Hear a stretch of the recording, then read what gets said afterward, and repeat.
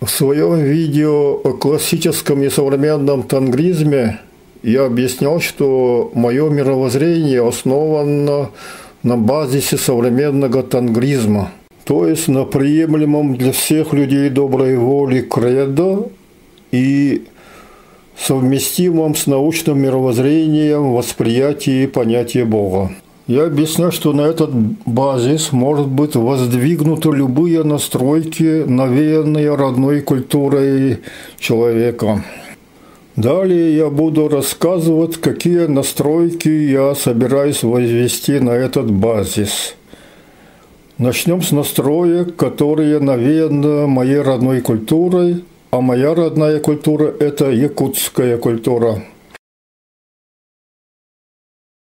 В связи с этим я хочу остановиться на учении Лазаря Афанасьева Терис.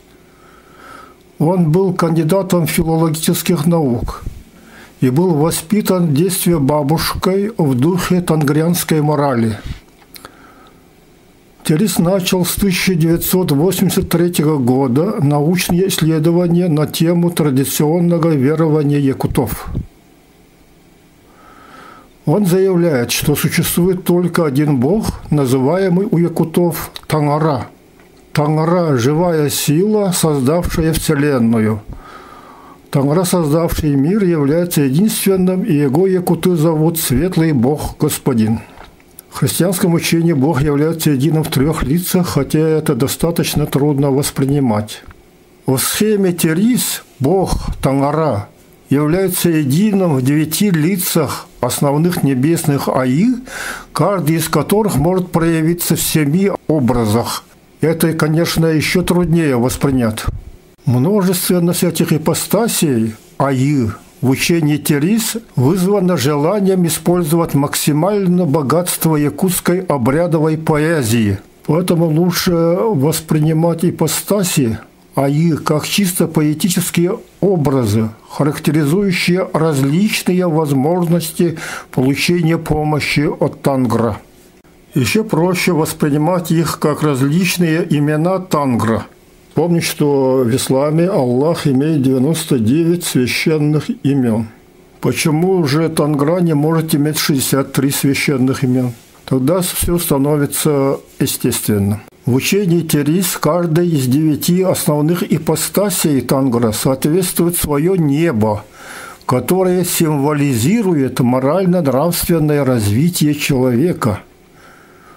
То есть эти небеса воспринимаются символически. Конечно, Терис не верит, что во Вселенной существует 9 каких-то там сфер небес.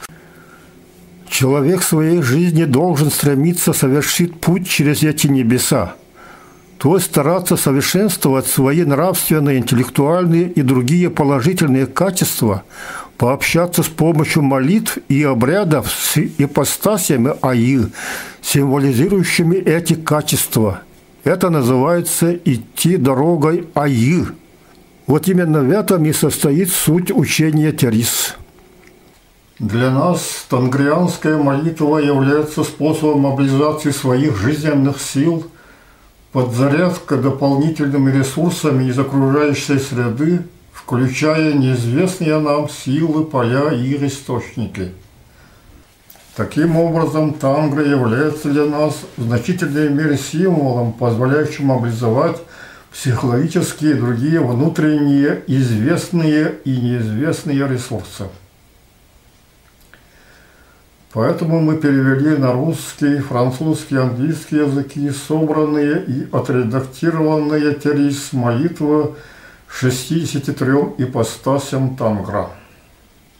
Первую основную ипостась Тангра Терис называет Аихыт, что можно перевести как «творитель» или «творительница», а еще лучше как «бог-творец» или просто «творец». Эта основная ипостась имеет, в свою очередь, 7 ипостасей. Я сейчас прочту и прокомментирую 7 молитв этим ипостасям. Начальная молитва. «Великий Творец, повернись ко мне, улыбнись благосклонно, пусть будет счастье. Пусть откроется дорога травителю, распахнется путь к покровителю. Пусть откроется дверь к желанию творить, пусть положится дорога желанию создавать. Пусть будет так, как создала природа, пусть будет так, как решил Тангра. Пусть заиграет душа ребенка, пусть горит мой очаг, пусть исполнится желание отцовской души, пусть полностью сбудется приветствие материнской души. Пусть упадет на мой лов негаснущий луч разума, да будет так. Молитва о страсти. Созидатель влечения и страсти, повернись ко мне, улыбнись благосклонно, пусть будет счастье. Пусть будет рядом Созидатель влечения, пусть сопутствует Созидатель страсти. Пусть усилится моя верхняя сила, множится нижняя сила. Пусть душа кипит страстью, а тело поддается влечению. Пусть нальюсь теплом и устанет плоть. Хочу впитать творящую энергию природы. Хочу напиться живительным соком срединной земли. Хочу страстно любить и желать. Хочу, чтобы передавалась моя пламенная страсть. Пойду по светлому пути продолжения рода, да будет так. Молитва перед созданием семьи. Созидатель семьи, повернись ко мне, улыбнись благосклонно, пусть будет счастье. Хочу пойти под твое покровительство. Пусть буду счастливым зятем. Для девушек выйду на широкую дорогу, став невесткой. Повернусь в своей половине назначенной Тангра, найду предназначенную природой. Для девушек найду предназначенного природой. Встретится спутник жизни, найдется дорогой человек, чтобы услаждать глаза и радовать сердце. Пусть будет по нраву мне, чтобы любить до конца, чтобы верхняя часть воспринимала хорошо, чтобы нижняя часть была удовлетворена. Пусть станет моим предназначением, да будет так. Свадебная молитва. Незабываемый Творец, повернись ко мне, улыбнись благосклонно, пусть будет счастье.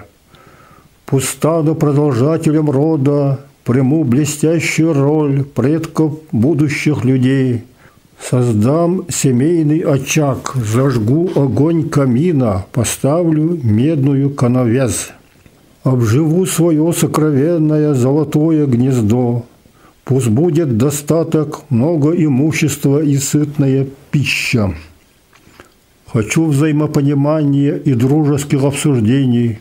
Хочу быть в мире с окружающими, находить общий язык со многими. Пусть будет чисто и не приходят болезни и кашли. Пусть не будет впереди препятствий, позади сожаления. Пусть продолжается мой род, да будет так. Молитва о ребенке. Даритель удовлетворения, повернись ко мне, улыбнись благосклонно, пусть будет счастье. Возликую от рождения мальчика, возрадуюсь от рождения девочки. Ликующим чувством построю гнездо ребенка. Благословлю судьбу наследующего поколения. Если грешен, то пусть мои грехи не прилипнут детям. Если проклят, то пусть их не коснутся, эти проклятия. Пусть им покровительствуют ипостаси Тангра, пусть множатся унаследованные от предков знаки благосклонности, пусть увеличится связь Тангра, пусть даритель удовлетворения продолжает приветствовать нас, да будет так. Молитва о воспитании детей. Даритель счастья и достоинства, повернись ко мне, улыбнись благосклонно, пусть будет счастье. Создам гнездо для ребенка, поставлю крепко на ноги. Дам возможность стать ребенку настоящим человеком, питаю своего наследника человеческие качества. Благословлю ребенка, чтобы Тангра был благосклонен. Буду воспитывать, связывая с будущим. Буду растить, чтобы было хорошее предназначение. Буду поощрять достойной жизни. Буду учить разным умениям, чтобы имел занятия, обеспечивающие будущее. Подготовлю, чтобы сам мог жить в достатке. Пусть живет лучше своих родителей. Да будет так. Терис связывает с каждой из молитв заповеди. Например, с только что прочитанной молитвой связаны заповеди. Вырасти ребенка, воспитай ребенка, обеспечь ему получение профессии, вырасти его здоровым. Молитва о потомках. Величественный Создатель, повернись ко мне, улыбнись благосклонно, пусть будет счастье. Пусть в течение 8 веков моя медная коновяз не теряет своего вида. В течение 9 веков моя главная коновяз не расшатывается. Пусть до детей моего ребенка дойдет мое благословение. До потомка моего потомка дойдет моя молитва. Пусть продолжается род, продлевается мое потомство. Пусть развиваются, предаваемая потомкам мать душа. Пусть не ослабевают традиции предков. Пусть расширяются наши перспективы. Пусть для меня продолжает стелиться путь Тангра. Да будет так. С этой молитвой связаны следующие заповеди. Обеспечь будущее ребенка, научи тангрианским заповедям, оставь ему свое доброе имя, дай ему положенную долю наследства. Я прочитаю перевод молитв Алгыс оставшимся 56 ипостасям Тенгри, Тангра. В следующих видео мы видим в интерпретации Терисом тенгрианской религии, учения Тангра, интересную для всех психотерапевтическую и педагогическую систему, способную неограниченному развитию и обогащению. Например, первую ипостась Тангра Терис называет Творцом, Аихот.